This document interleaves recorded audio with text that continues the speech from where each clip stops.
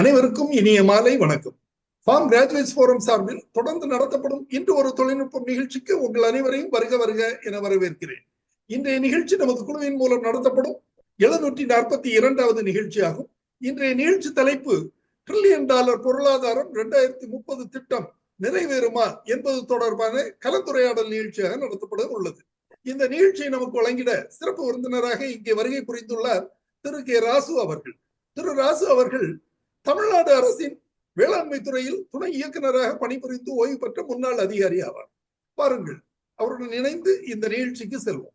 தமிழ்நாடு பட்ஜெட்டை பொறுத்தவரையில தமிழ்நாடு பட்ஜெட்னு எடுத்துக்கிட்டோம்னா 24-25 சென்ட்ரல் கவர்மெண்ட்டுடைய பங்களிப்பு 50,873 crores நமக்கு கொடுத்திருக்காங்க. அதே அந்த 24-25 பாத்தீங்கன்னா, அதாவது லாஸ்ட் இயர்ல அது இப்ப ரிவைஸ்டு எஸ்டிமேட்ல பாத்தீங்கன்னா 52,491 கோடி நமக்கு கொடுக்குறாங்க. இதுல முக்கியமா பார்த்தோம்னா, அதாவது டோட்டல் அவுட்லேன்னு பார்க்கும்பொழுது கிட்டத்தட்ட 2024-25 தமிழ்நாடு ஸ்டேட்டினுடைய டொமஸ்டிக் ப்ராடக்டை பொறுத்தவரையில கிட்டத்தட்ட 31,55,096 கோடின்றது அதாவது ஒரு ப்ரொபோசல் வச்சிருந்தாங்க. அதே சமயத்துல எக்ஸ்பெண்டிச்சரை பொறுத்தவரையில பாத்தீங்கன்னாக்கா கிட்டத்தட்ட 4,12,504 கோடியாக இருக்கு. இப்ப இதுல பாத்தீங்கன்னா இன்னைக்கு தமிழ்நாட்டினுடைய டெப்டை பொறுத்தவரையில, அதாவது கடன் பாத்தீங்கன்னாக்கா, அதாவது 8,47,022 கோடி இருக்கு. 8,47,022 கோடின்னு சொல்லும்பொழுது, அதாவது கடன் ஒவ்வொரு வருஷமும் இன்க்ரீஸ் ஆகிட்டே போகுது அப்படின்றதுதான் இப்போதைய ஒரு ட்ரெண்டா இருக்கு. அதே சமயத்துல அடுத்த இது பாத்தீங்கன்னாக்கா மார்ச் 31 இந்த மார்ச் 31 2025 இதே கவர்மெண்டினுடைய டெப்ட் பாத்தீங்கன்னாக்கா 9,55,690 கோடி இருக்குன்னு நடிச்சிருக்காங்க. அதாவது இன்னைக்கு பாத்தீங்கன்னாக்கா ஸ்டேட்டுக்கு ஷேர் குறைஞ்சிக்கிட்டே வருது. ஆனா பட் கவர்மெண்டுடைய ப்ரொபோசல் அதிகமா இருக்கு. அதே சமயத்துல டெப்ட் தொடர்ந்து அதிகமாகிட்டே போகுது. அந்த கடனை குறைக்கிறதுக்கு என்னன்னாக்கா வேண்டிய வசதிகளை செய்யறதுக்கு நம்ம அக்ரிகல்ச்சர் டிபார்ட்மெண்ட்டை பொறுத்தவரையில முக்கியமா நாம செய்ய வேண்டியது என்னன்னா, அதாவது நாம செய்ய வேண்டியதுன்னாக்கா கவர்மெண்ட் விவசாயிகளுக்கு தேவையான அனைத்து வசதிகளையும் செய்து கொடுத்து அந்த தொழில்நுட்பங்களை சரியா நாம கடைபிடித்தால் மட்டுமே, அவர்களுக்கு இப்ப நாம சொன்ன அந்த பரிந்துரைகள்லாம் சரியா கடைபிடித்தால் மட்டுமே இந்த விவசாயிகளுடைய நம்ம அதாவது ஈல்டை இன்க்ரீஸ் பண்ண முடியும், வருமானத்தை பெருக்க முடியும், வாழ்க்கை தரத்தை உயர்த்த முடியும். அதற்கு என்னன்னா நம்ம சொல்றது என்னன்னா, அந்த இப்ப இருக்கக்கூடிய பர் கேபிட்டா இன்கம் 12,000 ரூபாய் இருக்கு. அந்த 12,000 ரூபாயை குறைஞ்சது விவசாயிகளுக்கு ஒரு 30,000 ரூபாயை உயர்த்துவதால் மட்டுமே நம்ம விவசாயிகளுடைய வாழ்வாதாரத்தை பெருக்க முடியும், அந்த வருமானத்தை உயர்த்த முடியும். அதற்கு வேண்டிய அனைத்து வசதிகளையும் அரசாங்கம் செய்து கொடுக்க வேண்டும் என்பதுதான் நம்முடைய முக்கியமான கோரிக்கை. இதுல மற்ற செக்டாரை பத்தி நாம கவலைப்பட வேண்டிய அவசியம் கிடையாது. நம்ம அக்ரிகல்ச்சர் செக்டார்ல அக்ரிகல்ச்சர், ஹார்டிகல்ச்சர் டிபார்ட்மெண்ட் தான் மிக முக்கியமான. மற்ற துறைகள் இருந்தாலும் அக்ரிகல்ச்சர், இன்ஜினியரிங், செரிகல்ச்சர், மற்ற அனிமல்ஸ் பற்றி இருந்தா கூட, அதாவது மேஜர் இன்புட் கொடுக்கக்கூடிய ஒரு துறைன்னு சொல்லும்போது அக்ரிகல்ச்சர், ஹார்டிகல்ச்சர் டிபார்ட்மெண்ட். இதுல நாம அரசாங்கம் அவர்களுக்கு வேண்டிய, அதாவது விவசாயிகளுக்கும் சரி, அதாவது துறையிலே பணி செய்யக்கூடிய அலுவலர்களுக்கும் அவர்களுக்கும் தேவையான வசதிகளை செய்து கொடுத்து, இந்த அப்புறம் ரிசர்ச் அண்ட் டெவலப்மெண்ட் மிக முக்கியமான ஒரு துறை. அந்த ரிசர்ச் அண்ட் டெவலப்மெண்ட்டுக்கு அதிக ஃபண்ட்ஸ் ஒதுக்க வேண்டிய ஒரு நிர்பந்தத்திலும் இருக்கின்றது. இதெல்லாம் செய்யும் பொழுது விவசாயிகளுடைய வாழ்க்கை தரத்தை உயர்த்துவதற்கு ஒரு வழியாக அமையும் என்று சொல்லி விடைபெறுகின்றேன். நன்றி, வணக்கம். திரு கந்தசாமி அவர்களை இந்த நிகழ்ச்சி தொடர்பான தனது கருத்துக்களை தெரிவிக்க அன்போடு கேட்டுக்கொள்கிறேன். அந்த குறிக்கோளுக்கு எனது மனமார்ந்த பாராட்டு. இவ்வளவு பெரிய ஒரு கொள்கையை வைத்துக் கொண்டவர்கள் ஒரு பத்திரிகையின் மூலியமாகவோ, தொலைக்காட்சி மூலியமாகவோ, வானொலி மூலியமாகவோ, வேளாண்மை அமைச்சரோ, வேளாண்மை செக்ரட்டரியோ, வேளாண்மை டைரக்டரோ, அது சம்பந்தப்பட்ட உயர் பதவியில் இருப்பவர்கள் இது பற்றி தங்களது கருத்துக்களை 2030 $1 trillion எக்கானமி நாமும் அடைந்தே தீர்வோம், அடைய வேண்டும், அதுக்குண்டான ஆவணப்பணிகள் செய்ய வேண்டும். இருக்கின்ற நிலைமைப்படி பார்த்தால் ஜிடிபி கிராஸ் டொமஸ்டிக் 17% தான் வேளாண்மையுடைய பங்கு. இந்திய பொருளாதார வளர்ச்சிக்கு வேளாண்மையின் பங்கு 17%. ஒரு காலத்திலே பல ஆண்டுகளுக்கு முன்னாலே 50% மேலாக இருந்த ஒரு துறை வேளாண்மை. இன்றைய தினம் அதனுடைய பங்கு 17 விழுக்காடு மட்டுமே. இடையிலே நேற்று வந்த ஐடி துறை, இந்த டிஜிட்டல் துறை 48% கபலீகரம் செய்து கொண்டார்கள். அந்த வளர்ச்சி ஒரு குடிமகன் என்ற முறையில் அதையும் பாராட்டத்தான் வேண்டும். இந்தியாவின் பாரதத்தின் முதுகெலும்பு என்று சொல்லக்கூடிய வேளாண்மை துறை 50% மேலாக பாரத பொருளாதாரத்துக்கு வருமானத்தை தந்த துறை இன்றைய தினம் 17 விழுக்காடு என்று நான் சொல்லுவது 2 ஆண்டுகளுக்கு முன்னாடி. இன்றைய தினம் நீங்கள் பார்த்தால் இன்னும் குறைந்திருக்கும். It is going towards downward trend, கீழே தான் போய் கொண்டிருக்கிறது. இந்த ஒரு சூழ்நிலையில் $1 trillion என்கிறது திட்டம் தீட்டிருக்கிறார்கள். அவர்கள் சொன்னார்கள் என்விசேஜ்டு பை தமிழ்நாடு கவர்மெண்ட். என்விசேஜ் என்றாலே 2 அர்த்தங்கள் உண்டு. ஒன்று திட்டங்கள் தீட்டுவது, இன்னொன்று கற்பனை செய்வது. இந்த 2 அர்த்தங்கள். இதில் எது நிறைவேறப் போகிறது என்பது இந்த 5 ஆண்டுகளுக்குள்ளாரே அவர்கள் செய்யும் செயல்பாட்டில் தான் இருக்கு. திரு ராஜ் அவர்கள் குறிப்பிட்டார்கள், இந்த $1 trillion என்கின்ற இந்த கோல், இந்த இலக்குவை அடைய இடர்பாடுகள் என்ன என்று அவர்கள் சொன்னார்கள். சரியான முறையில் உழவனுக்கு இடுபொருள் கிடைப்பதில்லை, வேலையாட்கள் கிடைப்பதில்லை, நியாயமான விலை கிடைக்கவில்லை, விரிவாக்கத்துறை பணி சரியாக இல்லை, கடன் சரியாக கிடைப்பதில்லை. முக்கியமான ஒன்றை மறந்து விட்டார். வேளாண்மை பட்டதாரியின் பரிந்துரை உழவனுக்கு இல்லை என்கின்ற அந்த குறையை இவர் சொல்ல மறந்து விட்டார். அவர் சொன்னதெல்லாம் ஏற்றுக்கொள்ளுகின்றேன். ஆனால் வேளாண்மை பட்டதாரியின் தொழில் நுணுக்க பரிந்துரை உழவனுக்கு கிடைப்பதில்லை என்பதை முதல் கருத்தாக அவர் சொல்லியிருக்க வேண்டும். எந்த குறை நிவர்த்தி பண்ணாலும் உயரலாம் என்கின்ற அந்த கருத்தில் அவர் கோட்டை விட்டு விட்டார் என்று நான் சொல்லி, அந்த முக்கியமான கருத்தை கோட்டை விட்டு மற்ற கருத்துக்கள் தான் சொல்லுகின்றார். அந்த வேளாண்மை பட்டதாரியின் பரிந்துரைப்படி உழவன் நடந்து கொண்டால்தான் வேளாண்மை சரியாக செயல்படுத்த முடியும். ஒழுக்கமான வேளாண்மை புரிந்தால்தான் சரிவர விவசாயம் நடக்கும். அப்பொழுதுதான் நாம் எதிர்பார்க்கின்ற இந்த இலக்கு நாம் அடைய முடியும். இப்படிப்பட்ட ஒரு பெரிய ஒரு எதிர்பார்ப்போடு இந்த திட்டத்தை தீட்டி இருக்கின்றார்கள். அதில் நான் மாறுபடவில்லை. திட்டம் தீட்டட்டும், செயல்படுத்த வேண்டும்.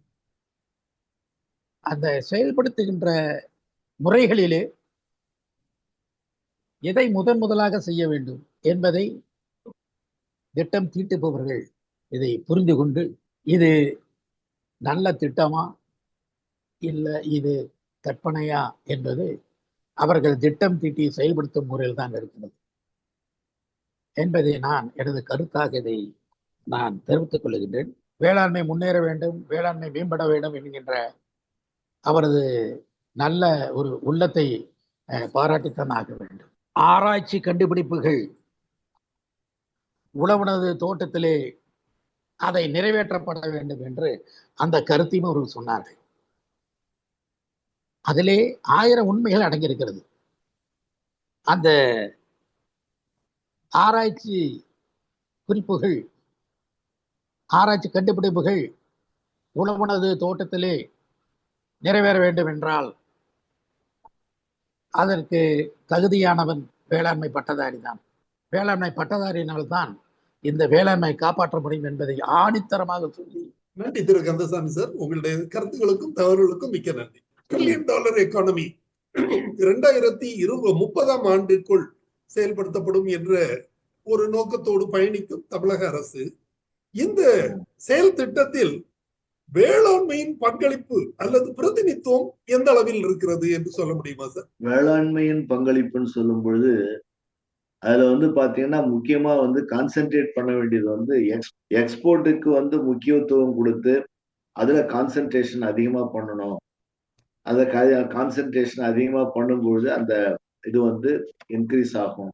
அதாவது நம்ம ஜிடிபி இன்க்ரீஸ் பண்றதுக்கு எக்ஸ்போர்ட் மூலமா கான்சென்ட்ரேட் பண்ணணும் அப்படின்னு சொல்லியிருக்காங்க. அதுதான் இதுல மிக முக்கியமான ஒரு இதா இருக்கு.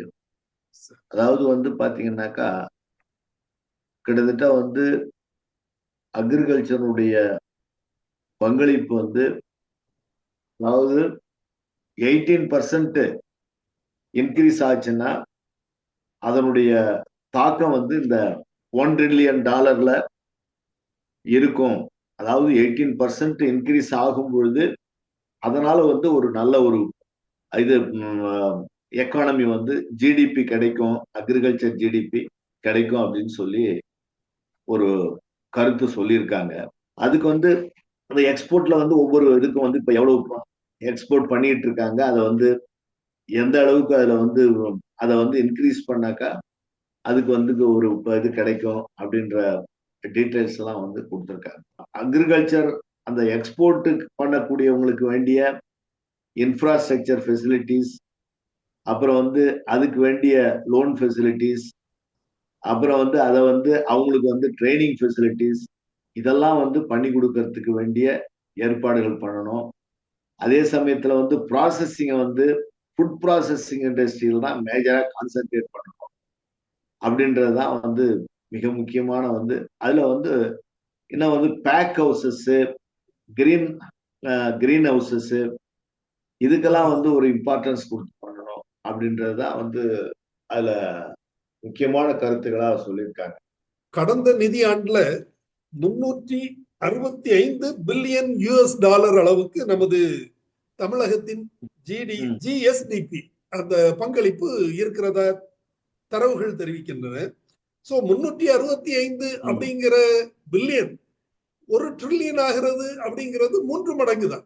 மும்மடங்குங்கிறது பொதுவாகவே நமது இலக்கு தான். அந்த அடிப்படையில் அவங்க சொல்லியிருப்பாங்கன்னு நினைக்கிறேன். சோ $1 trillion அப்படிங்கிறது அது எடுக்க இயலாது. $1 லட்சம் கோடி இல்லையா? ஒரு ட்ரில்லியன்ன்றது 1 லட்சம் கோடி. $1 trillion போது பாத்தீங்கன்னாக்கா 80 லட்சம் கோடி.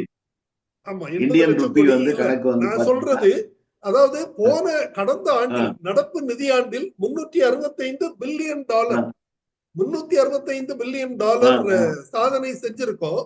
சோ 1000 பில்லியன் தான் 1 trillion. 1000 பில்லியன் அப்படின்னு சொல்லும் போது 365க்கு 3 மடங்குக்கு உள்ளதான் இருக்குது. அது அதுக்கு ஒரு 1000 பில்லியன் தான் ஒரு எஸ். சோ அதுக்கு இன்னும் 5 ஆண்டுகள், 6 முதல் 5 ஆண்டுகள் வரை அதுக்கு டைம் இருக்குது. சோ இது அடைய முடியாத இலக்கு இல்லை என்பது என்னுடைய கருத்து. சோ அடையிறதுக்கு வாய்ப்பு இருக்கு. ஆனால் வேளாண்மை துறையின் பங்களிப்பு அதுல நிரந்தரமா இருக்க முடியுமா அப்படிங்கிறது தான் ஒரு கேள்வி. ஏன்னா இந்திய பொருளாதாரத்தை பொறுத்தவரையில இந்திய பொருளாதாரம் வளர்த்து கொண்டே இருக்கிறது. வளர வளர ஜிடிபியில வேளாண்மை துறையின் பங்களிப்பு குறைந்து கொண்டே இருக்கிறது.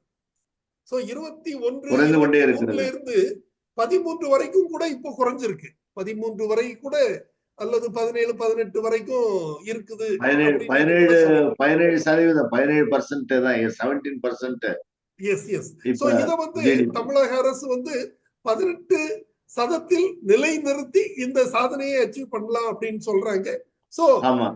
நாமும் வாழ்த்துவோம். வேளாண்மை துறை அதிகாரிகளாக இருந்த வகையிலும், வேளாண் பட்டதாரிகளாக இருக்கிற வரையிலும், விவசாயிகளாக இருக்கிற சூழலிலும் நாம் இந்த திட்டத்தை முனைப்புடன் செயல்படுத்த பாடுபடுவோம். நமது ஆதரவை வழங்குவோம் என்பதில் எந்த ஐயப்பாடும் கிடையாது. இல்ல அதுக்கு வந்து கவர்மெண்ட் வந்து ஃபார்மர்ஸுக்கு வேண்டிய அந்த அந்த இதெல்லாம் அடிப்படை வந்து தேவைகளை செய்யணும். Credit facilities. Yes yes. ஆமா, கண்டிப்பா நீங்க சொல்ற மாதிரி விவசாயியின் தேவைகள் அதுல வந்து பூர்த்தி செய்யப்பட வேண்டும். அப்பதான் அது வந்து அந்த நாம எதிர்பார்க்கக்கூடிய ஒரு அதிகபட்ச ஜிடிபி 18%. ஆமா, கண்டிப்பா எதிர்பார்க்க முடியும். அதுதான் வந்து இப்ப விவசாயிகளுடைய எதிர்பார்ப்பே அதுதான். அவங்க வந்து என்னன்னா ஆட்களுடைய இது வந்து கூலி அதிகமா இருக்கு, தட்டுப்பாடு இருக்கு. அது சரியான வந்து ரெண்டு விஷயத்த மிக முக்கியமா சொல்றாங்க. ஒண்ணு ஆட்கள் தட்டுப்பாடு, 2 வந்து கடன் வசதி கிடைக்கிறது இல்ல. கடன் வசதிக்கு வந்து போய் அலைஞ்சு அவங்க வந்து கஷ்டப்பட்டு அது வந்து அதுலயே வந்து அவங்களுக்கு டைம் விரயமாயிடுது. அதோடு இல்லாம வாங்கக்கூடிய கடனை வந்து கடனுக்கு வந்து வட்டி கட்டி அவங்களால முடியல. கடன் வந்து இப்ப ஒண்ணு பேங்க் வந்து கொடுத்ததுன்னா கவர்மெண்ட் பேங்க்ஸ் எதா இருந்தாலும் சரி, அது வந்து கூட்டுறவு வங்கியாக இருந்தாலும் சரி, அல்லது தொடக்க கூட்டுறவு வங்கி அல்லது வந்து தேசியமயமாக்கப்பட்ட வங்கியா இருந்ததுன்னா கொடுத்தா பரவாயில்ல. ஆனா அந்த கடன் கிடைக்கிறதே இல்லை அவனுக்கு. விவசாயி வந்து பாத்தீங்கன்னாக்கா ஒரு 10 to 20% விவசாயிக்கு தான் அந்த கடனே கிடைக்குது. மற்ற விவசாயிகள் பூரா வந்து வெளியில தான் போயிட்டு நகை அடவு வச்சு அல்லது அவங்க பாத்திரங்கள் அடவு வச்சு அந்த மாதிரி சூழ்நிலை ஒழிஞ்சதுனாக்கா நிச்சயமா வந்து விவசாயம் முன்னேறதுக்கு விவசாயிகளுடைய செலவு குறையும், வருமானம் மகசூல் அதிகமாகவும் வருமானம் பெருகிறதுக்கு வாய்ப்புகள் நிறைய இருக்கு. அதுதான் விவசாயிகளுடைய எதிர்பார்ப்பு. அதுதான் மிக முக்கியமா எந்த கிராமத்துல போய் கேட்டாலும் இந்த முக்கியமா இததான் சொல்லுவான். முதல்ல வந்து ஆள் கிடைக்கல, 2வது வந்து கடன் கிடைக்கல, 3வது வந்து உற்பத்தி செய்யற பொருளுக்கு விலை கிடைக்கல. இந்த 3 விஷயம் தான் நீங்க எங்க போய் கேட்டாலும் விவசாயி எந்த கிராமத்துல கேட்டாலும் இததான் சொல்லுவான். இத வந்து கண்கூடா நாம எல்லாருமே வந்து பார்க்கலாம். கண்டிப்பா கண்டிப்பா நிச்சயமா இந்த கருத்து ரொம்ப சரியான துல்லியமான கருத்து. ஆனால் இது விவசாயிகளுக்கு மட்டும் இல்லை, அனைத்து கன்சியூமருக்கும் எல்லாருக்கும் இதுதான் நிலைமை. அதாவது அரசு இயந்திரத்தோட பயன்பாடு முழுமையாக மக்களுக்கு சென்று சேரவில்லை. அதன் கவர்மெண்ட் தான் சரிப்படுத்த முடியும், சரி செய்யணும். அது கவர்மெண்ட் அது முழு மூச்சுல அந்த எண்ணத்தோட செயல்பட்டால்தான் அந்த குறைபாடை நிவர்த்தி செய்ய முடியும். பதிவானன் ப்ளீஸ். சார், நம்ம நாட்டுல வந்து 1 ட்ரில்லியன், அதாவது நம்ம 1 ட்ரில்லியனை நோக்கி போகணும்னா விவசாயம் வந்து அதனுடைய பங்களிப்பு 1%. அதாவது டாக்டர் மன்மோகன் சிங் வந்து அதை ரொம்ப கிளியரா சொன்னார். 17%, அதாவது நம்ம அக்ரிகல்ச்சர் ஜிடிபி இருக்கும்போது நல்ல மான்சூன் ஒரே 1% அக்ரிகல்ச்சர் ஜிடிபி இன்க்ரீஸ் ஆனோடனே டோட்டல் ஜிடிபி 11% இன்க்ரீஸ் ஆச்சு. அதனால விவசாயம் வந்து நிச்சயமா வந்து நல்லபடியா நம்ம வந்து பார்க்கணும், கவனிக்கணும், செய்யணும் அப்படின்னு சொன்னார்.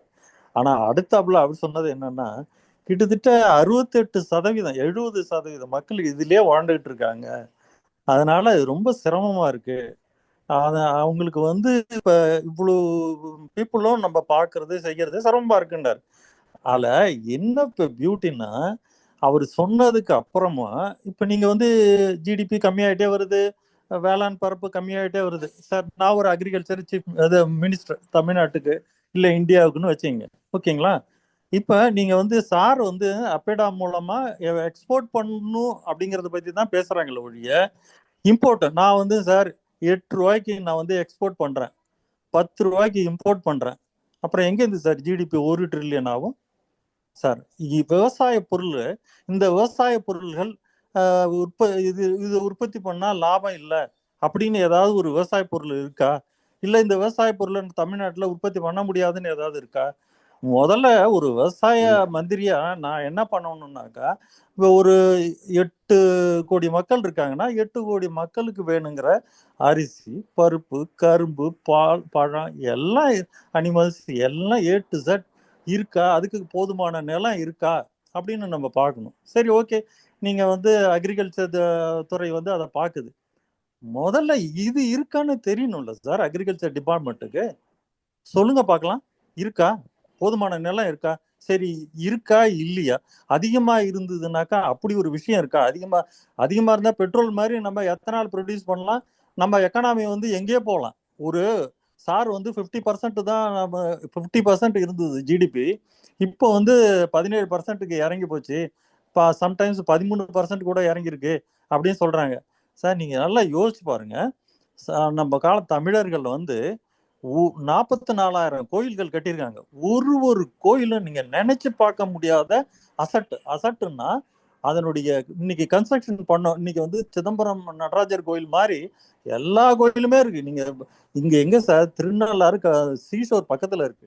இங்க இருக்கிற கோயில் பாருங்க, எவ்வளவு பெரிய கோயில், எத்தனை 1000 கோடி நீங்க செலவு பண்ணா கிரானைட்ல இந்த கோயிலை கட்டலாம்னு நீங்க எஸ்டிமேட் போட்டீங்கன்னா, இன்னைக்கு இந்த நம்ம எக்கனாமியை வச்சுக்கிட்டு நீங்க சாஃப்ட்வேரா ஹார்ட்வேரா எது வேணாலும் உற்பத்தி பண்ணுங்க, ஆட்டோமொபைல உற்பத்தி பண்ணுங்க, உங்களால நினைச்சு கூட பார்க்க முடியாது. ஆனா அன்னைக்கு பண்ணிருக்காங்க.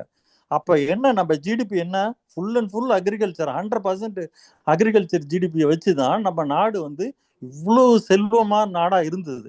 இன்னைக்கு விவசாயிகள் வந்து போராடிட்டு இருக்காங்க, வாழ்றதுக்கே கஷ்டமா இருக்கு, விவசாயமே பண்ண மாட்டேங்கிறாங்க. நீங்க சொல்ற சொல்யூஷன்லாம் எங்க, இதுல என்ன சொல்யூஷன் இருக்கு? ஆட்கள் பற்றாக்குறை ரைட்டு, தண்ணி பிரச்சனை எல்லாம் இருக்கு சார், எல்லாம் வந்து பிரச்சனை எல்லாம் இருக்கு சார். வந்து இன்னொரு இது சொன்னாங்க, இது வந்து விவசாய வேளாண் துறை வந்து அதாவது அக்ரிகல்ச்சர் பீப்புளுடைய இது ரொம்ப முக்கியம் வேளாண் மக்களுக்கு அப்படின்னு.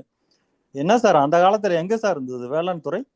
அதை வச்சுக்கிட்டா சார், வேளாண் துறையை வச்சுக்கிட்டா சார் தமிழ்நாடு இவ்வளவு பெரிய செல்வமான நாடா இருந்தது சார்? இன்னைக்கு ஆசான் டேட் சார், நான் வந்து குறை சொல்லலை, பிஎஸ்சி எம்எஸ்சி அக்ரிகல்ச்சர் பீப்புளும் நான் குறை சொல்லலை, தயவுசெய்து தப்பா நினைக்காதீங்க. ஏன்னா எனக்கு வந்து விவசாயத்துக்கு கைட் பண்ணதே எனக்கு வந்து ஒரு அக்ரிகல்ச்சர் ஒரு இவரு தான், ஏடிஏ வந்து ரிட்டையர் ஆன மிஸ்டர் ஜெயச்சந்திரன் தான், எனக்கு அவர் தான் குரு அக்ரிகல்ச்சர்ல. அவர் சொன்னதை தான் நான் ஃபாலோ பண்ணேன். விவசாயம் வந்து விஷம் இல்லாத அக்ரிகல்ச்சர் நான் பண்ணேன், அவரால் தான் பண்ணினேன். அதுல ஒன்றும் இது இல்லை. நான் இப்போ ஒரு வெள்ளை பண்ணி போடுறேன்னாக்கா, வெள்ளை பண்ணி நான் போட்டேன்னாக்கா அதுக்கு எந்த இடுபொருளும் தேவையில்லை. இடுபொருள் போட்டேன்னா சாஞ்சிரும். ஓகே, அதை வந்து அறுவடை வரலையும் எனக்கு வேளாண் நிபுணனுடைய இது தேவையில்லையே. எங்கே இந்த இதெல்லாமா சார் பிரச்சனை? இதுல சார் பிரச்சனை. இன்னைக்கு வந்து ஒரு ஒரு விவசாயி வந்து சம்பு பார்டர்ல போராடிட்டு இருக்கான் பஞ்சாப்லன்னா 23 ரூபா மேக்சிமம் கோதுமைக்கு 23 ரூபா கிடைக்குது. ஆனா மாவா அரைச்சி விற்கிறது 67 ரூபாய். நீங்களும் நானும் எவ்வளவுக்கு சார் வாங்குறோம்? 67 ரூபாய்க்கு வாங்குறோம். நடுவுல இருக்கிற இவ்வளவு காசு இடைத்தரகர்களுக்கு போகக்கூடாது அப்படி சார் சொன்னாங்க. ரைட்டு, இடைத்தரகர்களுக்கு போகக்கூடாது, ரைட்டு. அப்ப அவங்க எல்லாம் என்னதான் பண்றது? அவங்களுக்கு என்ன வருமானம்? இப்ப நான் கடை வச்சிருக்கேன், 1 லட்சம் ரூபாய் இப்ப இது அட்வான்ஸ் கொடுத்து நான் கடை வச்சிருக்கேன், இப்ப எனக்கு லாபம் வேணாமா? ஆனா இதுல நீங்க என்ன யோசிக்கணும், கவர்மெண்ட் இம்போர்ட்டை டோட்டலா அக்ரிகல்ச்சர் இம்போர்ட்டை அவாய்ட் பண்ணிட்டு உற்பத்தியே பண்ணிட்டு, அரிசினா அரிசி, நெல்லுன்னா கோதுமைனா கோதுமைங்கிறது மாதிரி இல்லாம எல்லா விதமான என்ன 1 லட்சம் கோடிக்கு நீங்க வந்து பருப்பை இம்போர்ட் பண்ணுவீங்க, 87,000 கோடிக்கு எண்ணெயை இம்போர்ட் பண்ணுவீங்க. அப்புறம் எங்கேருந்து வந்து நீங்க 1 ட்ரில்லியனு 3 ட்ரில்லியனு இதை பத்தி கனவு கண்டுறீங்க? இங்க விவசாயி வந்து அடிச்சுக்கிட்டு சதவிட்டு இருக்கான் வருமானம் இல்லாம. நீங்க எல்லாத்தையும் இம்போர்ட் பண்ணிக்கிட்டு அதை பத்தி பேசவே மாட்டேங்கிறீங்க. இம்போர்ட்டை நிறுத்துங்க. இங்க என்ன நம்மளால தயார் பண்ண முடியாது, இங்க தயார் பண்ணுங்க. அதை பத்தி பேசவே மாட்டேங்கிறீங்க யாரு. அடுத்தாப்புல இன்னைக்கு வந்து ரேஷன் அரிசி வந்து ஒரு ஃபார்மர்ஸ் ப்ரொடியூசர் ஆர்கனைசேஷன்ட்ட 12,000 ரேஷன் கடையும் ஹேண்ட் ஓவர் பண்ணி 36 ரூபா வித்த இது வந்து பொன்னி அரிசி இன்னைக்கு வந்து 75 ரூபா விற்குது மார்க்கெட்ல. நீங்க எவ்வளவு கொடுக்கணும்னு நினைக்கிறீங்க? 50 ரூபா கொடுக்கணும்னு நினைக்கிறீங்களா? கொடுங்க, 50 ரூபா கொடுங்க. 20 ரூபாய்க்கு 21 ரூபாய்க்கு வாங்குற காசு எம்எஸ்பி ரேட்டுக்கு அவன் அரைச்சி ரேஷன் அரிசியில கொடுத்தா நல்ல அரிசியா கொடுப்பான். அதே அவனுக்கு வந்து 50 ரூபாய்க்கு அந்த அரிசி 50 ரூபா 1 கிலோ 50 ரூபான்னாக்கா அவனுக்கு கிடைக்கிற ப்ராஃபிட் அப்படியே டபுள். சார் எவ்வளவு பிரச்சனை இருந்தாலும் எனக்கு வருமானம் வந்ததுன்னா நான் எதை வேணாலும் தலையை வேணாலும் அடகு வச்சு செய்வேன் சார். எனக்கு பேங்க் லோனு, ஆட்கள் பிரச்சனை எதுவா இருந்தாலும் நான் சார். இங்க ஒரு ஆள் காரைக்கால் பண்பலையில பேட்டி கொடுக்குறாரு. பிரச்சனை அதாவது பிரச்சனை தான் மதர் ஆஃப் இன்வென்ஷன் அப்படிங்கிறதுக்கு அவரு ஒரு நல்ல உதாரணம். அவர் எத்தனை வருஷமா, கிட்டத்தட்ட 7 வருஷமா ஆள் இல்லாத விவசாயம் பண்ணிட்டு இருக்கேன்னு பேட்டி கொடுக்குறாரு. நீங்க எனக்கு வருமானம் இருந்ததுன்னா நான் எதை வேணாலும் செய்வேன் சார். வருமானமே இல்லை.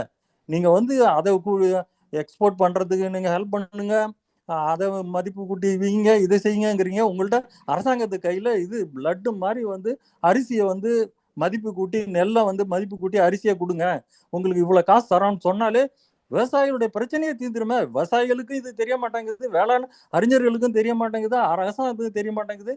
அப்ப நான் சொல்றதுல ஏதாவது தப்பு இருந்தா சொல்லுங்க. எதுவுமே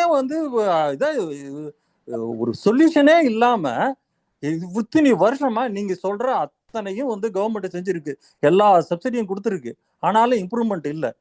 அப்ப நீங்க ரூட்டை மாத்தி யோசிக்கணுமா இல்லையா? எங்க மாத்தி யோசிச்சீங்க? எப்ப மாத்தி யோசிச்சீங்க? சொல்லுங்க பாக்கலாம், சொல்லுங்க சார். எனக்கு என்னுடைய குரு ஏடியா இருந்து தான் சார் ரிட்டையர் ஆனவர். ஜெயச்சந்திரன் எம்எஸ்சி அக்ரி அண்ணாமலை யூனிவர்சிட்டியில படிச்சவரு. அவரு தான் சொன்னாரு, ஃபர்ஸ்ட் எனக்கு சொன்னாரு, என்னுடைய நீங்க இந்த இதே போடாதீங்க சார், விவசாயத்தை எப்படி வேணாலும் இம்ப்ரூவ் பண்ணலாம் சார், எவ்வளவு இதுக்கு வேணாலும் கொண்டு போகலாம் சார், இந்த நாடு பெரிய பணக்கார நாடா மாத்தலாம் சார். யோசிச்சு பாருங்க, ஒரு குடும்பத்துல, என்னுடைய குடும்பத்துல ஒரு நாளைக்கு 1 கிலோ எல்லா அக்ரிகல்ச்சர் வேஸ்ட், அதாவது கிச்சன் வேஸ்ட் வருது. அதே மாதிரி அப்ப டவுன்ல இருக்குது இந்த வேஸ்ட் எல்லாம் நமக்கு வியாதியா தான் மாறுத வழிய அதை உரமா மாத்தி இந்த ஸ்வச் பாரத்ன்னு கொண்டு வந்தீங்க. அந்த அது இல்லாம குப்பை வரின்னு போடுறாங்க இங்க. இது அந்த வரி இல்லாம இந்த வரி போடுறீங்களா ஒழிய அதை அப்படியே நல்ல இயற்கை உரமா என்ன சார்? 60,000 குடும்பம் இருக்கு இந்த டவுன்ல அப்படின்னாக்கா, 60,000 குடும்பம்னாக்கா என்ன சார் ஆச்சு? 60,000 கிலோ ஒரு நாளைக்கு கிடைக்குது இயற்கை உரம். அது உரமா மாத்தினா 6,000 கிலோன்னு வச்சுங்க சார். ஒரு நாளைக்கு 6 டன், ஒரு நாளைக்கு 6 டன்னுன்னா ஒரு வருஷத்துக்கு எத்தனை டன் ஆச்சு? அப்போ எத்தனை ஏக்கரை நீங்க அதுக்கு அதை வச்சுக்கிட்டு இயற்கை உரம் கொடுக்கலாம்? எதையும் சொல்யூஷனே யாரு சைட்ல இருந்தும் வர மாட்டேங்குது. நீங்க உங்களுடைய கருத்துக்களுக்கு நன்றி. அதாவது கவர்மெண்ட் இதெல்லாம் பிளான் பண்ணி செய்யணுமா இல்லையா? இப்ப அதுதானே நம்ம சொல்லிட்டு இருக்கோம். கவர்மெண்ட் அது இந்த இதெல்லாம் பண்ணணும்னு தானே நம்ம சொல்றோம். அரிசியை ரேஷன் கடையில விவசாயிகளை டைரக்டா நீங்க மில்லிங் பண்ணி கொடுங்க. அதுக்கு உங்களுக்கு என்ன குடவுன் வேணுமா, உங்களுக்கு களம் வேணுமா, அவங்களுக்கு என்ன வேணும் அப்படின்னு சொல்லி அந்த ஏற்பாடெல்லாம் நான் பண்ணி கொடுக்குறேன் அப்படின்னு கவர்மெண்ட் சொல்லி, ஓகே மற்றதெல்லாம் நீங்க பாத்துங்க அப்படின்னு சொன்னாக்கா நல்ல அரிசி கிடைக்கும், மக்களுக்கு நல்ல விலை கிடைக்கும் விவசாயிகளுக்கு. இதுதானே சார் சொல்யூஷன். அதாவது மதிவாணன், நீங்க சொல்றது இப்போ அரசுல இருக்குது, அது போதுமான அளவு அல்லது முறையான ஒரு வகையில அது செயல்படுத்தப்படலை அப்படிங்கறத நாம நிச்சயமா வராது சார். நீங்க சார், நான் இதை எத்தனை வருஷத்துக்கு முன்னாடி பேசினேன் தெரியுமா உங்களுக்கு? ஒரு ஷார்ட் பிலிம் போடுறதுக்கு ஒரு டைரக்டரா, அதாவது வேல்யூ அடிஷன் ஒண்ணு இருக்குங்க. வேல்யூ அடிஷன் இருக்கு. பட் அது கவர்மெண்ட் செயல்படுத்தணும். இப்ப நீங்க சொல்றீங்க, இது சொல்றது இப்ப இதை யாரும் சொல்லாம இல்ல, எல்லாம் சொல்லி, இப்ப நாங்க சொல்றது மட்டும் சொல்லி எல்லாம் சொல்லிட்டு தான் இருக்காங்க. கவர்மெண்ட்டுக்கு முதல்ல நாம என்ன சொல்றோம், எல்லா ப்ராடியூஸுக்கும் நீங்க எம்எஸ்பி எல்லா ப்ராடியூஸுக்கும் பிக்ஸ் பண்ணுங்கன்னு சொல்றோம். அப்புறம் விவசாயிகள் இடைத்தரகர்கள் இல்லாம எல்லாத்தையும் நாம விற்கிறதுக்கு ஏற்பாடு பண்ணணும்னு சொல்றோம். எல்லாம் சொல்லிட்டு தாங்க இருக்கு. கவர்மெண்ட் செயல்படுத்தக்கூடிய, கவர்மெண்ட் கையில எல்லா பவரும் இருக்கு, எல்லா இதுவும் இருக்கு. அவங்க தாங்க அதை செய்யணும். அதை இப்ப நம்ம சொல்லாம இல்ல, எல்லா அறிஞர்கள் சொல்லிட்டு இருக்காங்க. அதை செயல்படுத்தக்கூடிய நிலையில உள்ளவர்கள் தான் அதுல கவனம் செலுத்தணும். ஒரே ஒரு விஷயம் சார், எனக்கு ஒரே ஒரு டவுட்டுங்க சார். என்னன்னா, ஒரு விவசாய பொருளுக்கு இந்த பொருள் தான் விவசாயம் பண்ணலாம், இது பண்ணக்கூடாது அப்படின்னு ஏதாவது லிமிட் இருக்கா சார்? Limitless sir. ஒரு சோயாபீன்ஸை நான் போட்டப்ப அப்ப சொன்னாங்க சக்தி சோயால 500 ப்ராடக்ட்டுக்கு இதுதான் ஃபீட் ஸ்டாக், அதாவது இதுதான் ஆதாரமான பொருள். அப்போ ஒரு விவசாய பொருள் நீங்க என்ன வேணாலும் பண்ணுங்க, எத்தனால் நமக்கு பெட்ரோலுக்கு பதிலாக எத்தனால் தேவை, எத்தனாலே நம்ம ஓட்டலாம். பெட்ரோல் ஒரு 1.5 லட்சம் கோடிக்கு மாசம் இறக்குமதி பண்ணுன்ற அவசியமே இல்லை, எத்தனால் தயாரிக்கலாம். இங்க இருக்கிறவனுக்கு வேலை கொடுத்தா தானே இங்க இருக்கிறவனுக்கு வருமானம் வரும், இங்க உள்ள விவசாயிகள் நல்லா இருப்பாங்க. இங்க நீங்க வேலையும் கொடுக்க மாட்டீங்க, வருமானம் சார். இங்க இருக்குது 36, அதாவது 39,000 ஏக்கர் இருக்கு காரைக்கால்ல. எத்தனை ஆயிரம் ஏக்கர்ல உங்களுக்கு விவசாயம் பண்றாங்க தெரியுங்களா? 5000 ஏக்கர்ல கூட இல்ல. எல்லாம் வேலிகருவ கடா இருக்கு. அப்ப என்ன சார் அர்த்தம்? இதனுடைய அர்த்தம் என்ன சார்? இது நான் காரைக்கால்ல சொல்லிட்டு இருக்கேன். ஏன் தமிழ்நாட்டுல நீங்க அங்கே ஏன் அந்த காரைக்கால் மக்கள் கவர்மெண்ட்டுக்கு ஒன்னும் ப்ரொபோசல் கொடுத்து அதை ஏன் அதுக்கு அதை எல்லாத்தையும் அந்த கருவையெல்லாம் அகற்றத்துக்கு வேண்டிய ஒன்னும் நடவடிக்கை கருவை அகற்றிட்டு கருவையில தான் சார் அவன் லாபமேங்கிறான். அவன் பாட்டே உட்காந்துருக்கான். 4 வருஷம் கழிச்சு வெட்டிட்டு போறான், காசை கொடுக்குறான். மத்ததுனாக்கா நான் எங்க இருந்து பராமரிக்கிறது, எங்க இருந்து செய்யறது? விவசாயம் தண்ணி இல்லைன்றான், ஆள் இல்லைன்றான், நீங்க சொல்ற எல்லா பிரச்சனையும் காசு இல்லைன்றான், எல்லா பிரச்சனையும் சொல்றான் சார். ஓகே, அதெல்லாம் பிரச்சனை ரைட்டு. நீங்க தமிழ்நாட்டுல எத்தனை ஆயிரம் ஏக்கர்ல சீம கருவேல மரம் இருக்கு. அப்ப உங்களுக்கு போதுமான அளவுக்கு அரிசி, பருப்பு, கரும்பு, பழம், எல்லாம் காய்கறி எல்லாத்துக்கும் நிலம் இருக்கு. அது போக மிச்சதெல்லாம் சீம கருவேல மரம் இருக்கா தமிழ்நாட்டுல? திட்டங்கள் எல்லாமே சிறப்பான திட்டங்கள் அரசிடம் இருக்கின்றன. ஆனால் செயல்படுத்துறதுல எல்லாத்துலயும் குளறுபடி இருக்குது. அந்த குளறுபடிகளை நீக்கி எல்லா கன்சியூமர்ஸுக்கு எல்லா பெனிஃபிட்ஸும் சிரமம் இல்லாம முழுமையாக சென்று சேர்ந்தாலே எல்லாம் சரியாயிடும். அது இருக்குது. அதுதான் நாமளும் சொல்றோம். அதுதான் நீங்க என்கரேஜ் பண்ணுங்க. இன்னைக்கு 42,000 கோடி, முதல்ல 31,000 கோடி, 32,000 கோடி, இப்ப 42,000 கோடிக்கு அக்ரிகல்ச்சர் பட்ஜெட் போடுறாங்க. அவ்வளவுதானே சார் இருக்கு தமிழ்நாட்டுடைய இது விவசாயிகளுடைய ஜிடிபி, அவங்களுடைய இது எல்லாம் அவ்வளவுதானே சார் விளையுது. அதை அப்படியே இன்வெஸ்ட் பண்ணி என்னென்ன செய்யணுமோ எல்லாருக்கும் அழகா வாங்கி வித்து இது பண்ணி அழகா அதுல பாதி காசு போதும் சார். நான் 42,000 கோடி சொல்றேன் வழிய, ஜிடிபி சொல்றேன் வழிய, நீங்க யோசிச்சு பாத்தீங்கன்னா அவ்வளவு காசே தேவையில்லை சார். அழகா இது பண்ணலாம் சார், ஆர்கனைஸ் பண்ணாக்கா. என்ன அமேசான் செய்யலாம், பிளிப்கார்ட் செய்யலாம், அலிபாபா செய்யலாம். தமிழ்நாடு ஒரு கவர்மெண்ட் நினைச்சா செய்ய முடியாதா? இன்றைக்கு நம்ம நிகழ்ச்சியோட தலைப்பு என்ன அப்படின்னு பாத்தீங்கன்னா, தமிழ்நாட்டில் $1 trillion பொருளாதாரம் 2030. இந்த $1 trillion பொருளாதாரம் வேளாண்மைக்கு மட்டும் இல்ல, மொத்தத்துல ஒட்டுமொத்த தமிழ்நாட்டுக்கு உள்ள ஒரு திட்டம், செயல் திட்டம். இதுல வேளாண்மையின் பங்களிப்பும் இருக்குது. அவ்வளவுதான், வேளாண்மையும் இருக்குது. வேளாண்மை சிறப்பாக செயல்படணும்னா என்ன பண்ணணுங்கிறத நாம இப்போ விவாதிச்சுட்டு இருக்கிறோம். இதுல இந்த ஜிடிபியில ட்ரில்லியன் எக்கானமில முக்கிய பங்கு வகிக்கிறது சேவைகள் தான். சேவைகள்ல தான் 54 விழுக்காடுகள் இருக்குது. அத மாதிரி தொழில் உற்பத்தியில 33 விழுக்காடுகள் இருக்குது. வேளாண்மையை பொறுத்தவரையில 13 விழுக்காடுகள் தான் நாம எஸ்டிமேட் பண்ணி இருக்கிறோம். சோ அந்த வகையில பார்க்கும்போது வேளாண்மையில என்னென்ன செய்தால் நாம ஒரு இந்த 13 விழுக்காடுகளை பூர்த்தியாக முழுமையாக அடைய முடியும் அப்படிங்கறத நாம இன்றைக்கு விவாதிக்கிறோமே ஒழிய, மற்றபடி செயலாக்கத்துல குறைபாடுகள் இல்லை என்று யாரும் சொல்லவில்லை, சொல்ல முடியாது. ஏன்னா திட்டங்கள் பல இருந்தாலும் கூட செயலாக்கத்துல பல குறைபாடுகள், குளறுபடிகள் இருக்கின்றன. அவற்றையெல்லாம் சரி செஞ்சாதான் வேளாண்மை உற்பத்தியை அதிகரிக்க முடியும், விவசாயி லாபகரமாக வாழ முடியும். சோ அதுல எந்த ஒரு சந்தேகமும் கிடையாது. இப்போது தொடர்ந்து இந்த நிகழ்ச்சியில் தனது கருத்தை தெரிவிக்க திரு கந்தசாமி அவர்கள் மீண்டும் வந்திருக்காங்க. அவருடைய கருத்து என்னங்கிறத பார்ப்போம். திரு மதுவாணன் அவர்கள் தங்களது கருத்துரைகள் கூறுகின்ற பொழுது, அந்த காலத்திலே எந்தவித தொழில்நுட்ப கண்டுபிடிப்பு இல்லாத நிலையிலேயே நாங்கள் விவசாயம் செய்து கொண்டுதான் இருந்தோம் என்று அதெல்லாம் உண்மைதான், ஏற்றுக்கொள்ள வேண்டிய உண்மைதான். அந்த காலத்திலே அவர்கள் கூறியது போல அந்த சிதம்பரம் நடராஜ கோயில், காரைக்கால் கோயில், இன்னும் பல பிரசித்தி பெற்ற மீனாட்சி கோயில், ஸ்ரீரங்கம் போன்ற கோயில்கள் அனைத்துமே அந்த கோயில்கள் மூலியமாகத்தான் கல்வி, விவசாயம், மருத்துவம் மூன்றுமே கோயில்கள் மூலியமாகத்தான் மக்களுக்கு பாடம் புகட்டப்பட்டது. அதனால்தான் அன்றைய சான்றோர்கள் கோயில் இல்லாத ஊரில் குடியிருக்காது என்று சொன்னார்கள். காலம் மாற மாற, விஞ்ஞானம் வளர வளர கோவிலுக்கு வெளியே அனைத்தும் நடைபெறுகின்ற விதமாக வந்துவிட்டது. உதாரணத்துக்கு சொல்லுகின்றேன், இன்று நீங்கள் கூறுவது போல அந்த காலத்தில் எங்கள் பாட்டி காய்ச்சல் வந்தால், இதய நோய் வந்தால் இதைத்தான் செய்ய சொன்னார்கள் என்று சொல்லி உங்களால் இருக்க முடியுமா? டாக்டரை பார்க்காமல் உங்களால் இருக்க முடியுமா என்ற கேள்வியை உங்களுக்கு நான் கேட்கின்றேன். எனவே பழமைதான், பழமையிலே பல கருத்துக்கள் இருக்கின்றது, ஏற்றுக்கொள்ள வேண்டியதான் இல்லை. ஆனால் புதுமையான கண்டுபிடிப்புகள் வருகின்ற பொழுது அதை முறையாக பயன்படுத்துதல் என்ன கோளாறுகள் இருக்கிறது என்று சொல்லி சுட்டிக்காட்ட வேண்டுமே தவிர புதிய கண்டுபிடிப்புகள் பலனில்லை என்கின்ற அர்த்தத்திலே உங்களது கருத்து இருக்கக்கூடாது என்பதை நான் பணிவன்போடு தெரிவித்துக் கொள்கின்றேன். இதுவே எனது கருத்து. நன்றி, வணக்கம். சார் தவறுக்கு நான் ஏதாவது தவறா பேசியிருந்தா நான் மன்னிச்சிங்க, நீங்க எல்லாம் பெரியவங்க. இப்ப நீங்க சொல்றீங்கல்ல, அந்த காலத்து பாட்டி எல்லாம் வந்து டாக்டர் இருதய நோய்க்கு அங்க போகாம இருந்தாங்களா, இங்க போனாங்களா. எங்க பாட்டி எங்க அப்பாலாம் 92 வயசு வரையிலும் இருந்தாங்க. ஆனா இப்ப வந்து அந்த மாதிரி இருக்க முடியுமான்னு தெரியல. ஏன்னா இவ்வளவு மருந்து மாத்திரைகள் இருந்தாலும். சார், ஒரு விஷயம் நான் சொல்றேன்.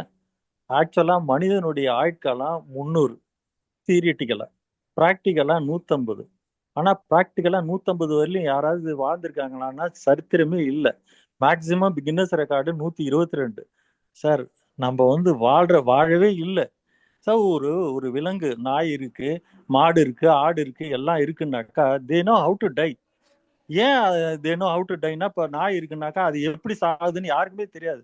ஒரு பறவை, கோடிக்கணக்கில் பறவைகள் சுத்திட்டு இருக்குங்க. ஆனா அது எப்போ சாகுது, எப்படி சாகுது தெரியாது நமக்கு. But they tie. They know how to tie because they are living. ஹாப்பியா நீங்க வாழ்ந்தீங்கன்னா 150 வருஷம் வாழலாம். 100% வாழலாம். ஒரு 10 நாள் நான் சாப்பிடாம இருந்தேன் அப்படின்னாக்கா ஐ வில் டை அப்படின்னாக்க என் அந்திம காலம் முடிஞ்சிருச்சு. ஒரு விலங்கு எல்லாம் இப்படிதான் செய்யுது அப்படின்ற மாதிரி எனக்கு அந்த உணர்வு வந்ததுன்னு வச்சுங்களேன். இப்ப நான் ஐ வில் டை. அப்ப பீஸ்ஃபுல்லா யாருக்கும் எந்த தொந்தரவும் இல்லாம நான் இறந்து போயிடுவேன்.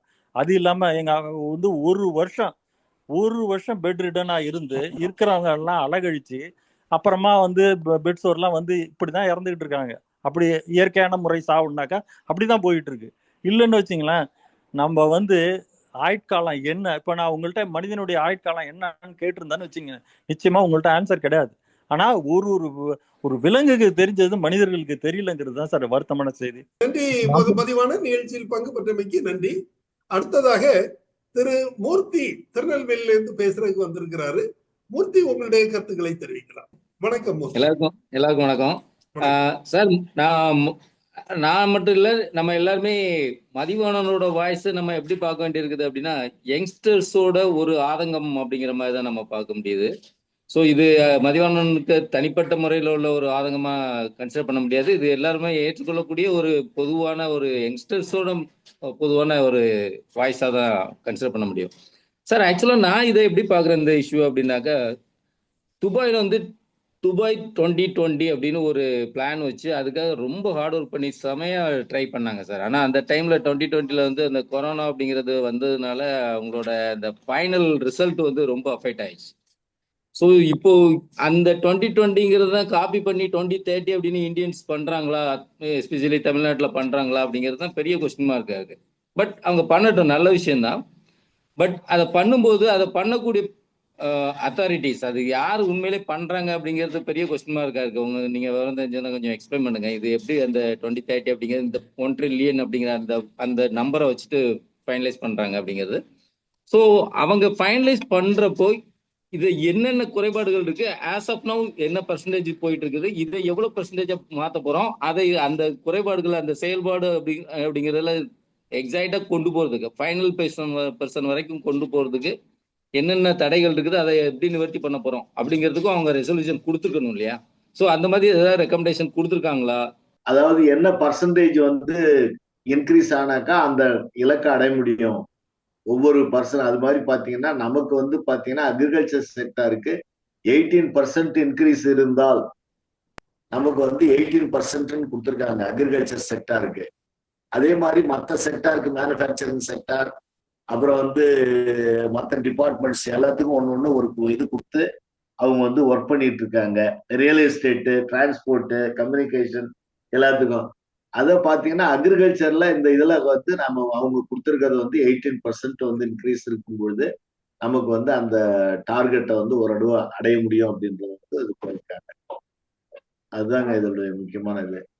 சார், அதான் சார், இப்போ நம்ம கண்ட்ரில நீங்க ஆல்ரெடி பலமுறை டிஸ்கஸ் பண்ணிருக்கீங்க, இப்பவும் நீங்க அதை மேற்கோள் காட்டியிருக்கீங்க. அதாவது செயலாக்கம் அப்படிங்கிறது திட்டம் வந்து பிளான் கரெக்டா இருக்குது, பட் செயலாக்கத்துல தான் ப்ராப்ளம் இருக்குது. ஸோ அந்த செயலாக்கத்தை, அந்த ப்ராப்ளத்தை சரி பண்றதுக்கு என்ன பண்ண போறாங்க அப்படிங்கிறது தான் அடுத்த ஸ்டெப்பா நம்ம கன்சிடர் பண்ணணும். ஆமா. ஸோ இதை திரும்ப திரும்ப நம்ம வேற வேற டைரக்ஷன்ல டிஸ்கஸ் பண்றதுனால எந்த பிரயோஜனமும் இருக்காது. ப்ரோஆக்டிவா அடுத்து என்ன பண்ண போறோம் அப்படிங்கறத, அதுக்கு சொல்யூஷன் யார்கிட்ட இருந்து வரணும், எங்க போகணும், யாருக்கு ரீச் ஆகணும், அந்த டீடைல்ஸ் மட்டும் கொஞ்சம் ஷேர் இல்ல பண்ணலாம். இதுதான் இப்போ சார் அதுதான் சொன்னாரு. அதாவது ராசு ம். சார் சொன்னது இந்த ம். திட்டங்களை பத்தி சொல்லல, என்ன இதுல உள்ள குறைகள், அதை எதெல்லாம் கவனம் செலுத்தணும் அப்படிங்கறத முதல்ல அவங்களோட கருத்தாக சொன்னாங்க. சோ வேளாண்மை துறையை பொறுத்தவரையில இதுதான். அதாவது மற்ற துறைகள்ல இப்போ லேக்குனா வர்றதுக்கு வாய்ப்பு கம்மி. வேளாண்மையில தான் கொஞ்சம் சறுக்கல்கள் அடிக்கடி ஏற்பட்டு கொண்டு இருக்கிறது என்ன. சோ அதனால அது என்ன குறைகள் இல்லாம நாம செய்யணும் அப்படிங்கிற கருத்தை தான் ராசு சார் சொல்லிட்டு வந்திருக்கிறாரு. இப்ப அது தொடர்பா தனது கருத்தை தெரிவிக்கிறதுக்கு திரு லூகாஸ் ரொசாரியோ வந்திருக்கிறாரு. சார் ப்ளீஸ் உங்களை இன்ட்ரோடியூஸ் பண்ணிட்டு உங்க கருத்தை தெரிவிக்கலாம். ஹலோ சார், கேட்குதா? எஸ் சார் கேக்குது. நீங்கெல்லாம் அக்ரிகல்ச்சரல் பேக்ரவுண்ட் இருக்கவங்க, ம். நீங்க இவ்வளவு நேரம் பேசிட்டு இருந்தீங்க. நான் வந்து என்ஜினியரிங் பேக்ரவுண்ட், Okay. அதனால agricultural engineering Yes. What is missing. So 1998ல இம்பேக்ட் ஆஃப் குளோபலைசேஷன் சொல்லிட்டு அது எப்படி என்ன என்ன நம்ம நாட்டில் என்ன நமது ஸ்ட்ரென்த் என்னன்னு பார்த்துட்டு இந்த அம்புத்துறை ஸ்டேட்ல இருந்து ஒரு டெக்னாலஜி சென்டர்ல இருந்து நான் சேர்மனா இருந்தேன். அப்போ Okay. ஸ்டடி எடுத்தோம். ஸ்டடி என்ன காட்டுச்சுன்னா ம். 60% லேண்ட் வந்து ரெயின்ஃபெட் லேண்ட், Okay. 40% தான் irrigated land. Okay. So 65% rural community, அது ம். 60% வந்து ரெயின்ஃபெட் லேண்ட். Okay. ப்ளஸ் நீங்க சொன்ன மாதிரியா நிறைய வந்து அன்யூஸ்டு அண்டர் யூஸ்ட் லைட்டா இருக்கு. இந்த கருவால அதெல்லாம் போட்டுட்டு இருக்கான். காரணம் என்னன்னு கேட்டீங்கன்னா வாட்டர் ரெயின் குறைச்சலா இருக்கு, வாட்டர் குறைச்சலா இருக்கு. நானும் அது மாதிரி நினச்சிட்டு 10 இயர்ஸா. பட் இப்போ நான் கண்டுபிடிச்சோம் watershed management is missing. So rain is enough, but we are not doing watershed management. Detail study இப்போ சொல்லலை, பட் ஒரு நாள் ப்ரெசன்டேஷன் பண்ணலாம். வர்ற ரெயின்ல வந்து 50% ஸ்ட்ரெயிட் வே ரன் ஆஃப். அதுக்கப்புறம் ரெயின்ல வந்து 40% மேலே வந்து எவாபரேஷன் போயிடுது. ஏன்னா இந்த லேக்கு அதெல்லாம் வச்சுட்டு 20% தான் யூஸ் ஆகுது. நம்ம இப்போ ப்ராப்பர் மெத்தட் யூஸ் பண்ணோம்னா you can use a deeper இது லேக்கு. அது மாதிரி பண்ணும்போது wastage will be 20%, water avail will be 80%. So அது ஃபர்ஸ்ட் இஷ்யூ. அதான் மெயின். எல்லாருமே அதான் நினச்சிட்டு இருந்தேன். நானும் அது மாதிரி நினச்சிட்டு 10 வருஷமா அது மாதிரி நானும் பேசிட்டு இருந்தேன். But now we found is different, not true. That is engineering, ஓகேங்க, நாட் அக்ரிகல்ச்சர். ரெண்டாவது சாயில் இம்ப்ரூவ்மெண்ட். சாயில் வந்து பழைய மெத்தட் இப்போ நான் ஸ்டடி பண்ணிட்டேன். நான் engineer, but I been to அவர் வீட்டுக்கு இப்போ 2 நாள் இருந்து படித்தேன். 4 புக் கொடுத்துருக்கா, படித்து பார்த்துருக்கேன். ஸோ அவர் மெத்தட் என்னன்னா you need more sun and less of then more sun. For example இது சுகர் கேன் எடுத்துங்க, 2 feet by 2 feet போடுறாங்க. அப்போ என்ன ஆயிடுது, there is no sun. But 8 feet by 2 feet போடும்போது நிறைய சன் கிடைக்கும், அப்போ நல்ல வளர்ச்சி இருக்குது. ரெண்டாவது அந்த ஃபெர்டிலைசர் அண்ட் பெஸ்டிசைட் அவாய்ட் பண்ணி go for natural farming. That is cow dung, யூரின்லாம் போட்டு ப்ளஸ் அவர் சொல்றது ப்ரோட்டீன் ஆட் பண்ணுற சொல்ல. அப்புறம் வந்து இது jaggery R sugar cane juice போடும்போது அந்த வாட்டர் வந்து அது ஃபர்மெண்ட் ஆகிடுது. ஃபர்மெண்ட் ஆகிட்டு போகும்போது earthworm does a very good job. Earthworm is the farmer, not the farmer. Farmer is only helper. Earthworm is the farmer. அது நமக்கு தெரிஞ்சதுன்னா then we go back to old method. Cultivation will be good, health will be good, everything will be good. So we got a project. Raju கிட்ட பேசிட்டு இருக்க அதை பற்றி. we got a project. we'll start Tiruvallur காஞ்சிபுரத்தில் ஒரு முதல்ல ஸ்டார்ட் பண்ணுவோம் demo form. அங்கேருந்து ட்ரெயின் பண்ணி ஒரு டிஸ்ட்ரிக்டாக எடுத்து பண்ணலாம். ஓகேங்களா? So we got a solution. Most important hand holding வேணும். இப்போ நம்ம instead of rice and paddy we talk about fruit trees, energy crop and fruit trees. 30% energy, 70% fruit trees. அது பண்ணும்போது இப்போ வந்து 50,000 per hectare வருதுன்னா we can go up to 3 lakhs per hectare. பாருங்க, அப்போ 6 times இன்க்ரீஸ் வருது இன்கம்ல. So there is solution. So we have to demonstrate. மூணாவது வந்து lack of funding, financing. So fruits எல்லாம் போட்டால் ஃப்ரூட் ட்ரீஸ் எல்லாம் போட்டிங்கன்னா 3-4 years ஆகும் ஃபுல் ஈல்டு வரதுக்கு. You need support the farmers to get a full income. இது பண்ணும்போது it will happen. ஓகேங்களா? That's my input. Thank you sir, thank you. நிகழ்ச்சியில் பங்கு பெற்றமைக்கும் உங்களுடைய கருத்துக்களை தெரிவித்ததற்கும் மிக்க நன்றி. நீங்க சொன்ன மாதிரி வேளாண் பொறியியல் துறையில soil conservation or water harvesting, அதுக்கு பல டெக்னாலஜிஸ் வச்சிருக்காங்க. இப்போ ஃபார்ம் பாண்ட்ஸ் பண்றது, பர்குலேஷன் பாண்ட்ஸ் பண்றது, செக் டேம்ஸ் பண்றது, இதெல்லாமே வாட்டர் கன்சர்வேஷன் மெத்தட்ஸ் தான். சோ அதுக்கு திட்டங்கள் செயல்படுத்தப்பட்டு வந்து கொண்டுதான் இருக்கின்றன. என்ன அது எல்லாமே சரிப்பட சரியாக செய்யப்படுகிறதா அப்படிங்கிறது கேள்விக்குறி. அதுல நான் போக இப்போ விரும்பல. திட்டங்கள் இருக்கின்றன, செயலாக்கத்தில் உள்ள குறைபாடுகள் அதுதான் எல்லா இடமும் இருக்குது. அது அந்த அது கவர்மெண்ட் மிஷினரியை கவர்மெண்ட் தான் சரிப்படுத்தணும். இல்லாம அதை ஒண்ணும் செய்ய முடியாது. திட்டங்கள் இருக்கின்றன, எல்லா திட்டங்களும் இருக்குது. திட்டங்கள் கரப்ஷனாவோ அல்லது ஒழுங்கா செய்யாம போறதுக்கோ அது வேற யாரும் காரணம் இல்லை, அரசு தான் அதற்கு பொறுப்பேற்க வேண்டும். அப்பதான் அதை சரி பண்ண முடியும், இல்லையா sir? Don't look to government, you do it. Yes. Individual can do, but அது கலெக்டிவா நாம அதை ஸ்ட்ரீம்லைன் பண்ணி கொண்டு போறதுக்கு we need a leadership that is the government, இல்லையா? So that we lack, I think. அதுதான் இப்போ உள்ள குறைபாடாக தெரிகிறது. இல்லாம திட்டங்களுக்கு எந்த குறைபாடும் இல்லை என்பதுதான் என்னுடைய கருத்து. சார் லூகாஸ் சார், நீங்க சொன்ன மாதிரி யூ கேன் டூ இட் அப்படிங்கிற ஒன் வேர்ட்ல முடிக்கிறீங்க ஒன் ஸ்டேட்மெண்ட்ல. அவ்வளவு பேர் அன்எம்ப்ளாய்மெண்டா இருக்கிறாங்க, அவ்வளவு ஒரியில இருக்கிறாங்க. அவங்க இந்த மாதிரி லாவ ரூல் எல்லாம் கையில எடுத்துக்கிட்டாங்கன்னா என்ன நடக்கும் சார்? ஆல்ரெடி அந்த புரட்சி அப்போ பாலிட்டிஷியன்ஸ் கவர்மெண்ட் அபிஷியல்ஸ் எல்லாம் எதிர்பார்க்கறாங்களா சார்? இது ரியாலிட்டி பேசுங்க சார், பிராக்டிக்கலா பேசுங்க. என்ன ப்ராப்ளம் இருக்குது, அதை எப்படி எடுத்துட்டு போகணும், சரியான பெர்சனுக்கு அதை எப்படி கொண்டு போகணும் அப்படிங்கிறது பாருங்க. ஏன்னா பாலிட்டிஷியன்ஸ் இப்போ அடுத்து 2016 எலெக்ஷன் வந்ததுன்னா பார்ட்டி மாறக்கூட வாய்ப்பு இருக்கு, என்ன வேணாலும் நடக்கலாம். ஸோ கவர்மெண்ட் அபிஷியல்ஸ் அதை எப்படி எடுத்துட்டு போகணும்? ஒரு நாட்டோட தலையெழுத்தை மாற்றக்கூடியவங்க கவர்மெண்ட் அபிஷியல்ஸ். அவங்க கரப்டடா இருக்காங்க, அவங்க சைட்ல உள்ள மிஸ்டேக்ஸை எப்படி கரெக்ட் பண்ண போறாங்க? இது not only for Tamil Nadu, central கவர்மெண்ட்லேருந்து இந்த இஷ்யூ இருக்குது.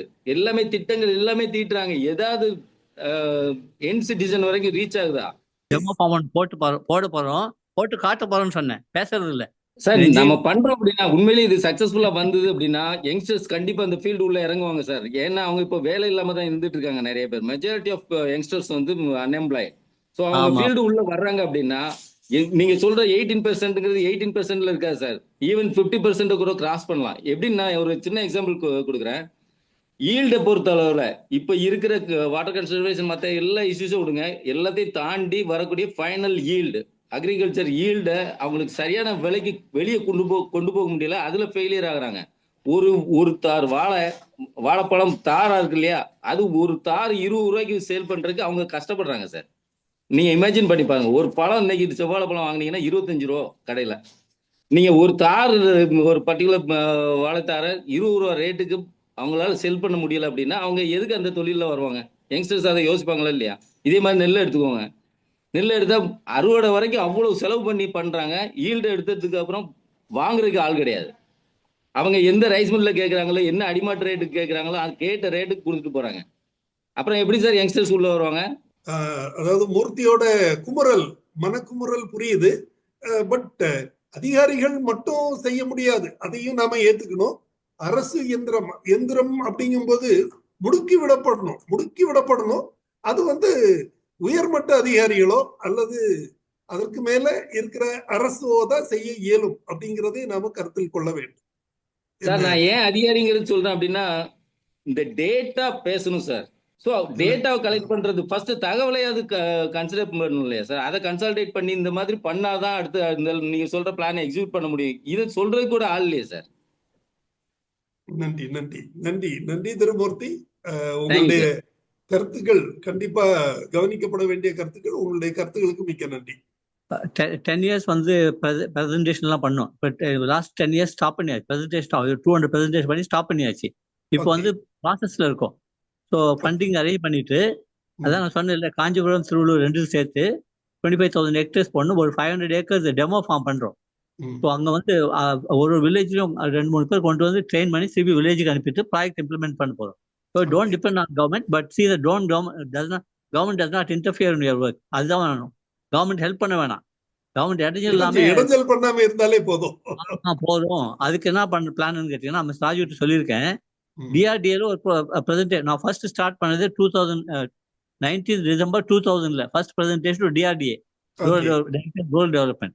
இப்போ மறுபடியும் அங்கதான் போறோம். போயிட்டு எவ்வளவு தூரம் ஸ்டடி பண்ணிருக்கோம், 20 years இதான் ப்ராஜெக்ட் பண்ண முடியும், இது மாதிரி தான் பண்ண போறோம். அதுல என்னென்ன இருக்கோ அது இடைஞ்சல் அடிச்சுட்டு நீங்கள் see that you helping us, don't help facility வேணும்னா உங்ககிட்ட வருவோம். But we arrange for everything, fund இன்ட்ரெல்லாம் அரேஞ்ச் பண்ணி தான் இறங்குறோம். புரியுதுங்களா? engineer, I told you, engineer means we must complete the job. It's a job complete பண்ண. கண்டிப்பா. So 20 years of research not going waste, is going to be recorded and will be done. Yes.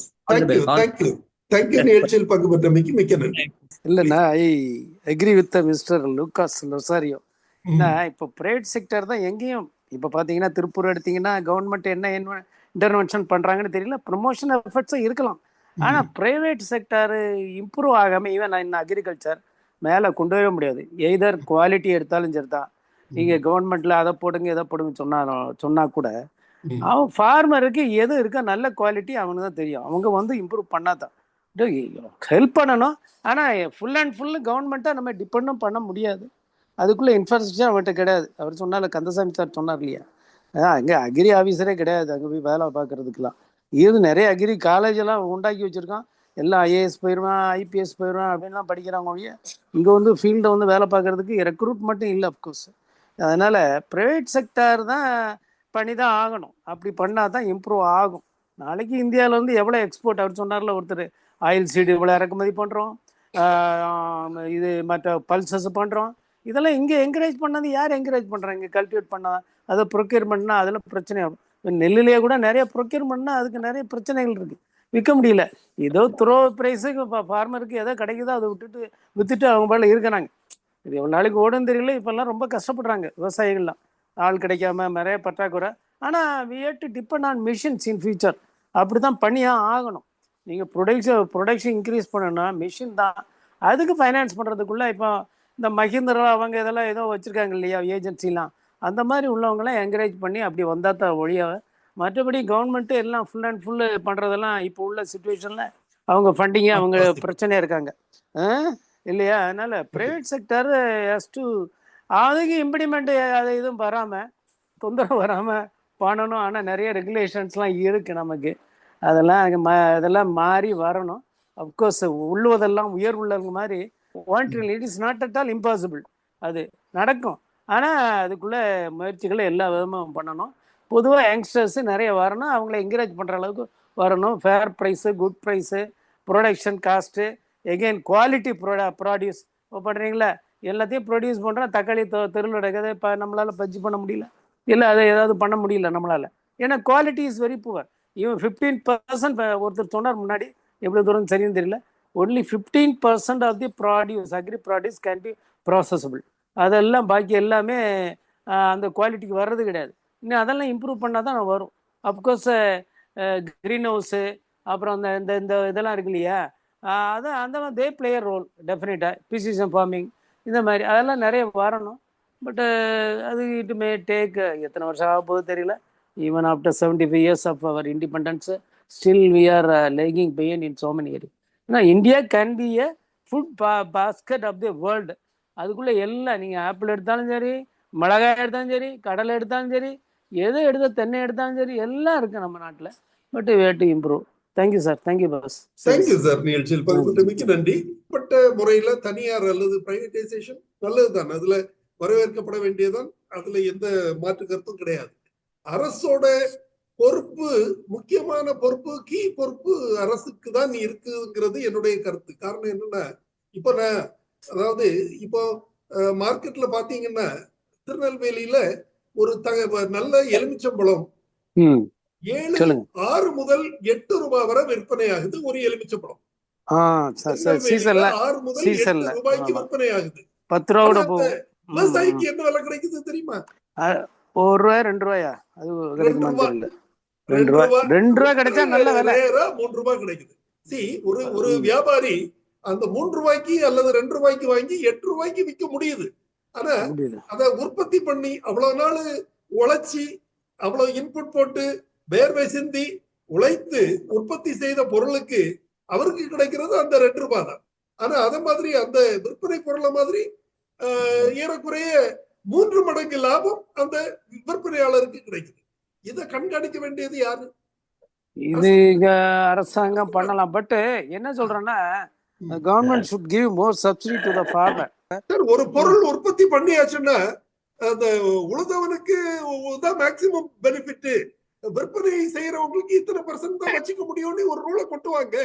For example வெங்காயம் ஒரு பக்கம் உற்பத்தி பண்றாங்க ஒரு சீசன்ல, ஒரு சீசன்ல இல்ல. அதே மாதிரி உருளைக்கிழங்கு தெருவுல கூட்டுறாங்க நார்த்ல எல்லாம். அதெல்லாம் நீங்க கேள்வி. தக்காளி பின்ன சர்வ சாதாரணமாச்சு. இப்ப அந்த கிருஷ்ணகிரியா மேச்சேரியா முன்னாடி வரும் அடிக்கடி நியூஸ்ல தக்காளி. அதே மாதிரி பாலை கூட தெருவில் ஊத்துறாங்க. That is there. நிறைய இஷ்யூஸ் இருக்கு சார். இந்த marketing is also a big issue. And getting a fair price to the farmer is also a great thing. Thank you sir. Thank you. இன்றைய நிகழ்ச்சி ஒரு நல்ல சிறப்பான கலந்துரையாடல் நிகழ்ச்சியாக அமைந்திருந்தது. பலரும் பல்வேறு கருத்துக்களை தெரிவித்தார்கள். அனைவருக்கும் எனது வாழ்த்துக்களையும் நன்றியும் தெரிவித்துக் கொள்கிறேன். இறுதியாக இந்த நிகழ்ச்சி தொடர்பான தனது கருத்துக்களை தெரிவிக்குமாறு திரு கே ராசு அவர்களை மீண்டும் அழைக்கிறேன். இன்றைய நிகழ்ச்சி ஒரு மிக சிறப்பான நிகழ்ச்சி.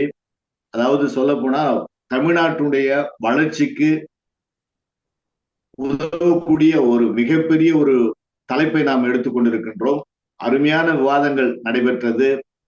திரு கந்தசாமி அண்ணாச்சி, திரு பொன்ராஜ் சார், திரு மதிவாணன் போன்றவர்கள் மிக சிறப்பாக கருத்துக்களை எடுத்து கூறினார்கள். அதாவது அதே சமயத்திலே ஒரு மிகப்பெரிய ஒரு என்டர்பிரனர் திரு ரொசாரியோ அவர்கள் இன்று கலந்து கொண்டார்கள். அவர்கள் கிட்டத்தட்ட 40 ஆண்டுகளுக்கு மேலாக இந்த அதாவது ஆட்டோமொபைல்ஸ் தொழில்நுட்பத்திலே அவர் ஒரு என்ஜினியராக இருந்தாலும் அவர் இந்த அதாவது அவருடைய இன்றைய கருத்து என்னன்னு சொன்னா ரூரல் டெவலப்மெண்ட் அண்ட் பயோடீசல். அதுதான் மிகப்பெரிய ஒரு சப்ஜெக்டா எடுத்திருக்காங்க. அவங்க பாத்தீங்கன்னாக்கா ரொசாரியோ சார் உலகம் பூரா போயிட்டு பிரசன்டேஷன் பண்ணியிருக்காங்க. அவங்களுடைய ரூரல் டெவலப்மெண்ட்டையும் எல்லா இடத்துலயும் அவங்க பிரசன்டேஷனை பண்ணி எல்லா ப்ராசஸ்ல இருக்கு. அது அந்த ப்ராசஸ் முடிஞ்சு அந்த ப்ராஜெக்ட் சாங்ஷன் ஆகும் பொழுது மிகப்பெரிய ஒரு திட்டத்தை கையில வச்சிருக்காங்க. அதாவது ஒவ்வொரு மாவட்டத்துக்கும் 25,000 ஹெக்டேர் எடுத்து ரூரல் டெவலப்மெண்ட்டுக்காக அதுல திட்டங்களை தீட்டி விவசாயிகளை எந்த அளவுக்கு அதுல பயன்படுத்த முடியும், அவருடைய வாழ்க்கை தரத்தை உயர்த்த முடியுன்றதை பத்தி சொல்றதுக்கு அவங்க அந்த திட்டத்தை தீட்டி வச்சிருக்காங்க. அவர்களுக்கும் அனைவருக்கும் என்னுடைய மனமார்ந்த நன்றிகளை தெரிவித்துக் கொள்கின்றேன்.